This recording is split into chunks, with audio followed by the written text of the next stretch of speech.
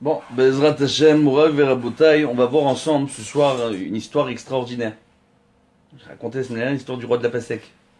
Ce soir, on va raconter l'histoire du vendeur d'œufs.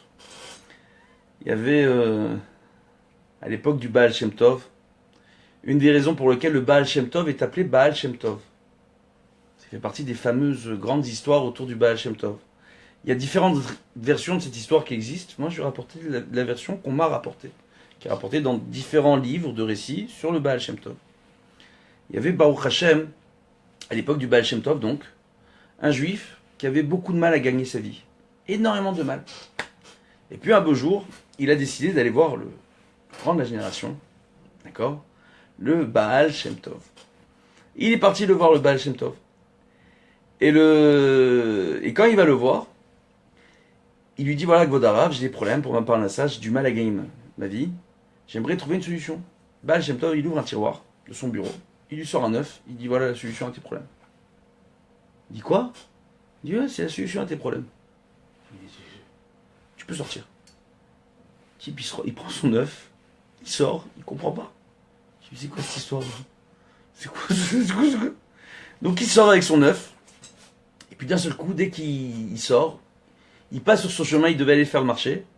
Et puis il y a des gens qui remarquent que cet homme, il a un œuf dans la main. Et il voit des gens qui viennent et qui s'agglutinent devant lui, qui lui disent, combien tu vends ton œuf? Quoi, qu'est-ce que vous avez? On veut t'acheter ton œuf, à quel prix tu le vends?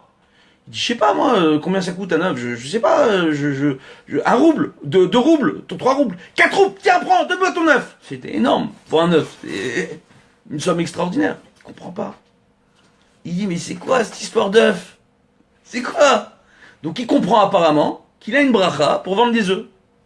Qu'est-ce qu'il fait ce monsieur?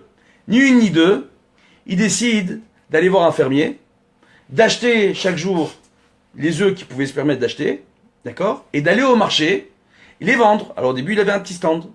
Et puis avec les années, Dieu bénisse pour lui, il a fait fortune en vendant des œufs. Et non seulement il avait suffisamment gagné sa vie pour bien vivre, mais en plus il avait acheté plusieurs fermes. Il avait des poulaillers complets. Il vendait les œufs, les poulets, les poules. Un véritable millionnaire de l'œuf. L'histoire du marchand d'œufs. C'est fantastique. Et les années passent, et un beau jour, Baruch Hashem, on voit que le Baal Shem Tov arrive sur le marché, sur la place du marché. Il arrive. Et tout le monde vient et dit, il y a le Baal Shem Tov qui est venu, venez, on va prendre des brachot, c'est le grand de la génération. Et le Baal Shem Tov, il dit, excusez-moi, je suis venu pour voir le marchand d'œufs. Et tout le monde vient le voir, il dit, le Baal Shem Tov, il est venu pour te voir, tu le connais. Je dis, oui, c'est lui qui m'a fait une bracha, c'est lui qui m'a donné un œuf, il m'a dit, tiens, voilà, la solution à tes problèmes de parnassa. Alors bien sûr, il s'est empressé d'aller voir le Baal Shem Tov pour le remercier. Et le Baal Shem Tov, il a dit, écoute, voilà, j'ai un service à te demander. Il y a dans une communauté éloignée, en Europe, d'accord, toute une communauté qui a du mal à subvenir à ses besoins. J'aimerais que sur le modèle de ton business aujourd'hui, où toute ta famille travaille avec toi, tes enfants, ta femme, etc., et puis tu as beaucoup d'employés, j'aimerais que tu ailles là-bas pendant un certain temps, me faire cette tova, d'accord, de leur expliquer ton modèle business, ton modèle de business, pour qu'ils puissent à leur tour gagner leur vie en devenant producteurs, d'accord, fermiers, en produisant les œufs, en élevant les poules, les poulets, etc. Et pouvoir vendre des poulets fermiers, etc. Le monsieur s'empresse de dire oui, il n'y a aucun problème, j'accepte. Il accepte. Donc le Baal Shem Tov, il dit, bah voilà, je me suis déjà permis de t'acheter, d'accord, le billet de voyage. Il devait prendre un bateau et entreprendre un long voyage qui devait durer 10 jours pour arriver à l'endroit souhaité. Et donc il prend le billet et il accepte. Baal Shem Tov, en plus, il lui paye tous les frais de voyage. Donc il se déplace, il embrasse sa femme, ses enfants. Il leur souhaite de les revoir très bientôt et puis de continuer à bien s'occuper de l'affaire familiale. Et puis il entreprend son voyage. Mais voilà qu'au bout de 7-8 jours, ils sont quasiment arrivés à bon port, en plein milieu de l'océan, éclate une tempête incroyable. Incroyable! Incroyable. Et à ce moment-là, tout simplement, le bateau fait naufrage, et le seul survivant de ce naufrage, malheureusement, c'est ce vendeur d'œufs.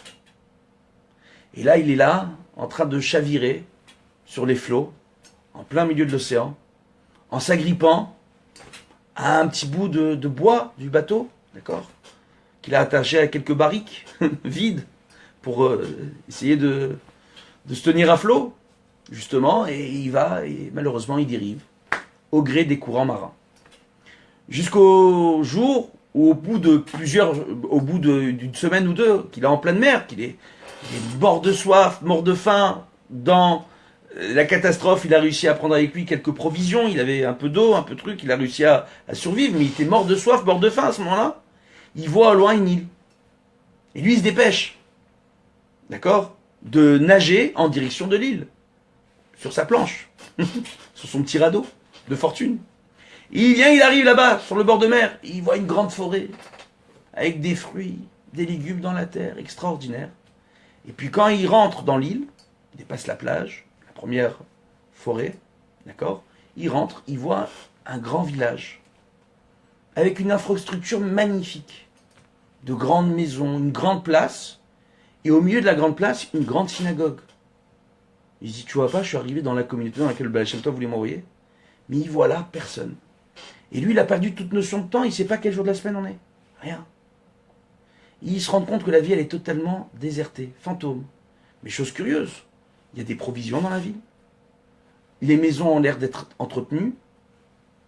Tout a l'air d'être nickel, mais il manque les habitants. Il n'y a pas d'habitants, rien, personne. Il attend comme ça, il passe jour après jour, seul comme ça, il trouve une paire de tefilines pour mettre cette tefilines tous les jours. Il fait cette fila, il prie à Kadosh Baruch Hu, il essaye sur le bord de mer, de mettre des feux de détresse, d'accord, de jour comme de nuit, de voir si des bateaux vont passer là-bas. Rien. Rien. Il est en panique, le pauvre. Et puis un beau jour, un beau matin, il se réveille, et il entend un brouhaha au dehors, il entend des gens qui viennent et qui parlent, qui disent « Shabbat, Shabbat, bientôt Shabbat, dépêchez-vous, dépêchez-vous !» Il voit les gens qui viennent dans la maison dans laquelle il est. Il y a des gens qui sont dans la maison qui disent « Qu'est-ce que tu fais là? Mais c'est Shabbat, mais dépêche-toi, viens, on doit se préparer !» Il dit « Mais quoi, on doit se préparer? Mais vous êtes qui? Où je suis? C'est quoi cette histoire ?» Il dit « Quoi, c'est quoi cette histoire? C'est bientôt Shabbat, viens, aide-nous !» Il dit « Mais quoi, mais quoi, vous êtes qui? Vous étiez où? Mais moi, toute la semaine, j'étais seul ici. Vous êtes où? Je suis naufragé. J'étais tout seul. Expliquez-moi où je suis arrivé. Il dit, non, attends une minute. Viens nous aider à préparer Shabbat. Viens, on passe Shabbat. Ce soir, on t'emmène à la synagogue et on va t'emmener voir le Rav. Le Rav, il t'expliquera tout. Il dit, ok, il n'y a pas de problème. Donc, il vient, il les aide à préparer Shabbat, etc. Il aide aux préparatifs, etc. Le soir, il arrive à la synagogue. Il y a tout le village d'un seul coup qui débarque du jour au lendemain. Comme ça, on ne sait pas d'où ils viennent. Et ce qui se passe, justement, c'est que quand ils arrivent à la synagogue, ils prient, et le Rav, il lui dit, ah, t'es qui, t'es quoi? Il dit, je suis naufragé, je viens de tel endroit, c'est le Baal Shem Tov qui m'envoie. Le Baal qui? Le Baal Shem Tov. Je connais pas. Quoi, tu connais pas le Gdolador? Vous êtes qui? Vous êtes sur le désert, c'est quoi cette histoire? Non, on connaît pas le Baal Shem Tov. Il dit, non, c'est une communauté juive, ils connaissent pas le Gdolador, c'est bizarre cette histoire. Il dit, bon, écoute, il n'y a aucun problème, viens manger ce soir chez moi, on partage notre repas de Shabbat, demain aussi, Bezrat Hashem. Et puis tu sais, pendant Shabbat, on ne doit pas parler de choses rolles, de choses profanes, d'autres sujets. On verra. Bezrat Hashem, Motsei Shabbat, on te trouvera une solution pour que tu puisses rentrer chez toi. Il dit magnifique, vous avez des bateaux, quelque chose. Il dit, on verra Motsei Shabbat. Très bien. Donc il passe le Shabbat avec le Rav, avec la communauté. Il suit la Torah, il se rend compte que tout le village, ils ont un niveau en Torah, mais les enfants, les femmes, les petits, les grands, ils ont un niveau en Torah. Il entend des paroles de Torah qu'il n'avait jamais entendues dans la bouche même des plus grandes tzadikim de la génération. Jamais. Passe un Shabbat fantastique. Arrive Motsei Shabbat, toute la communauté, après la tfila du soir, vite, se prépare à faire l'Havdalah communautaire à la synagogue. Et là, ils font la Havdalah. Et lorsqu'ils font la Havdalah, à la fin de la Havdalah, au moment justement de faire toutes les brachot, d'accord, de la Havdalah, et au moment de terminer par Boré Meoré Haesh, ils font Boré Meoré Haesh, et puis d'un seul coup, poc, toute la communauté par enchantement a disparu de la synagogue. Il se tourne autour de lui, il ne comprend rien. Il cherche les gens, ils ont tous disparu. Il n'y a plus personne. Il fait le tour du village, au cas où. Plus personne. Ils ont disparu comme par enchantement. Lui, il a compris que c'était Shabbat. Donc il s'est mis à compter les jours. Jusqu'à qu'il arrive vendredi matin, on n'a pas. encore plus belle. Le brouhaha dehors, tout le monde qui a débarqué, qui se prépare. Shabbat, Shabbat, t'es encore là, mais dépêche-toi, t'es pas parti. Mais c'est Shabbat, viens nous aider, etc. Mais expliquez-moi, vous étiez toute la semaine. Attends, viens aide-nous à faire Shabbat, on va aller voir le Rav, Motzei Shabbat, on va trouver une solution. Bref, la même histoire comme ça, pendant 3-4 semaines. Le pauvre, Motzei Shabbat, Avdallah, Boré Meoré Haesh, boum, la communauté elle disparaît. Il devient fou, il comprend plus rien. Oui ou non? Au bout d'un mois, comme ça, coincé sur l'île, maintenant il se dit, mais c'est quoi où je suis arrivé? C'est quoi cet endroit de fou? Au bout d'un mois, coincé sur cette île, arrive le Shabbat suivant. Il se dit, cette fois-ci, j'ai compris. Vendredi matin, il s'est levé avant le lever du jour. Lever du jour, il voit tout le monde qui apparaît comme par enchantement, dans le village.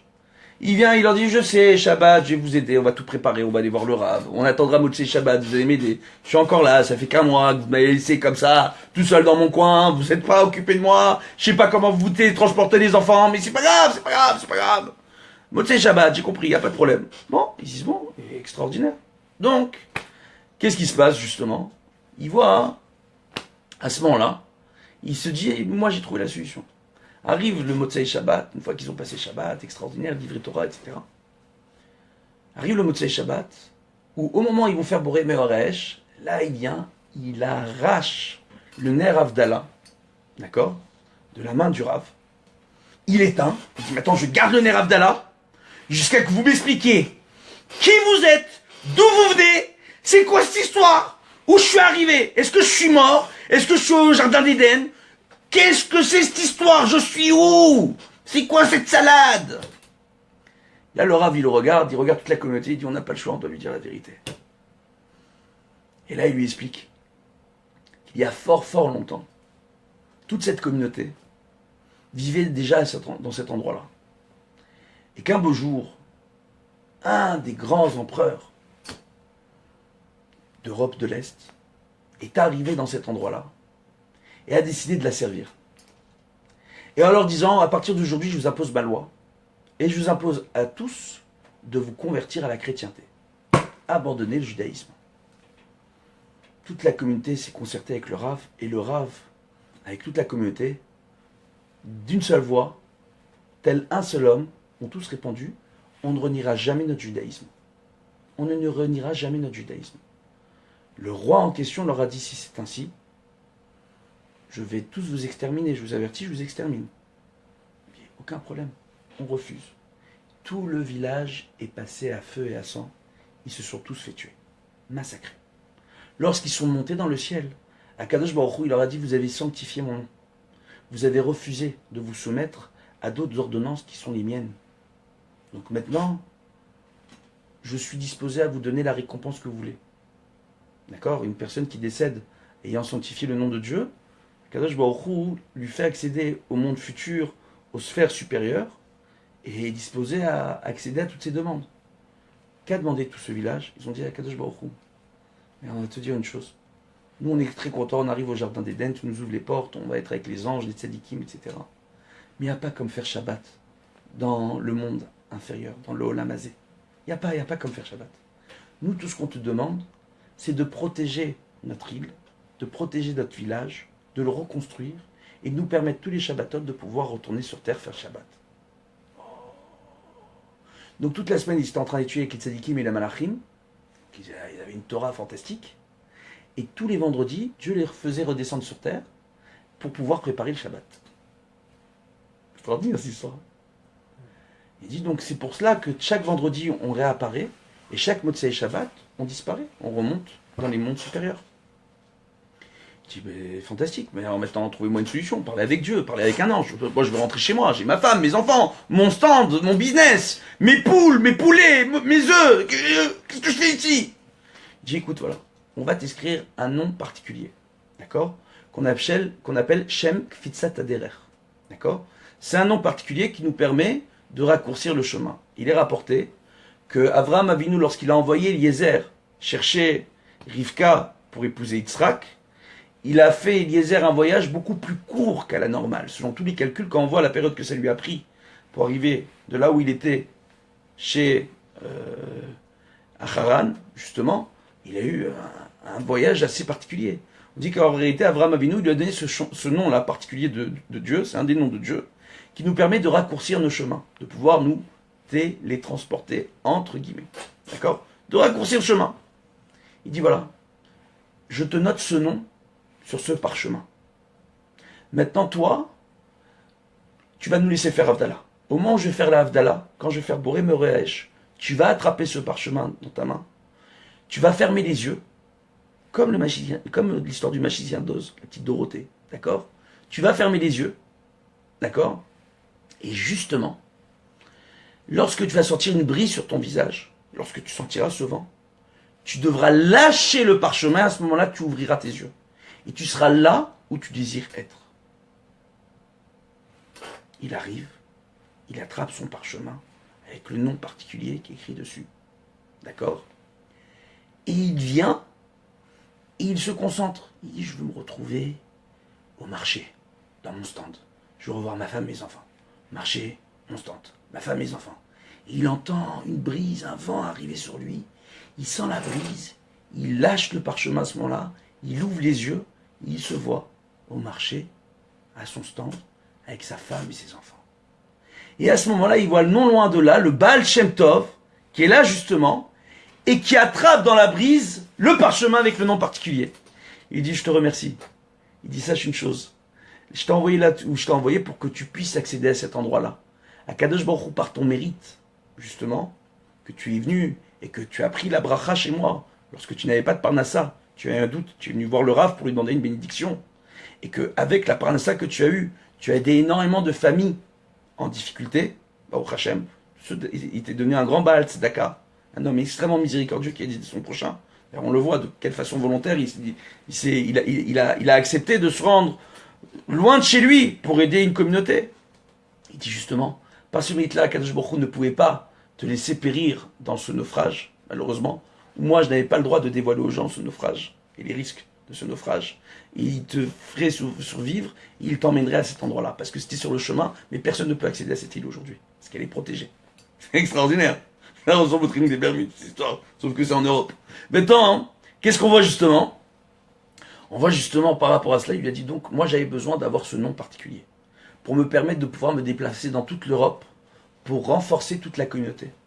On rapporte que le Baal Shem Tov, on peut le voir d'un bout à l'autre de l'Europe, durant la même journée. D'accord? En Europe de l'Est. On se dit, mais comment il voyageait le Baal Shem Tov? Et on l'appelle justement le Baal Shem Tov. Une des raisons, c'est le propriétaire du bon nom. Quel nom? Il avait le nom du Kfitsat Aderer, qui lui a permis de voyager dans toute l'Europe pour renforcer le judaïsme, tel qu'il a fait devenir le grand Rav qu'on connaît tous, Baruch Hashem, et qui, à travers ses enseignements jusqu'à aujourd'hui, nous permet de nous renforcer à travers la Torah et Mitzvot. C'était l'histoire du marchand d'œufs, du Shabbat et du Baal Shem Tov. À très bientôt. Kol Touv.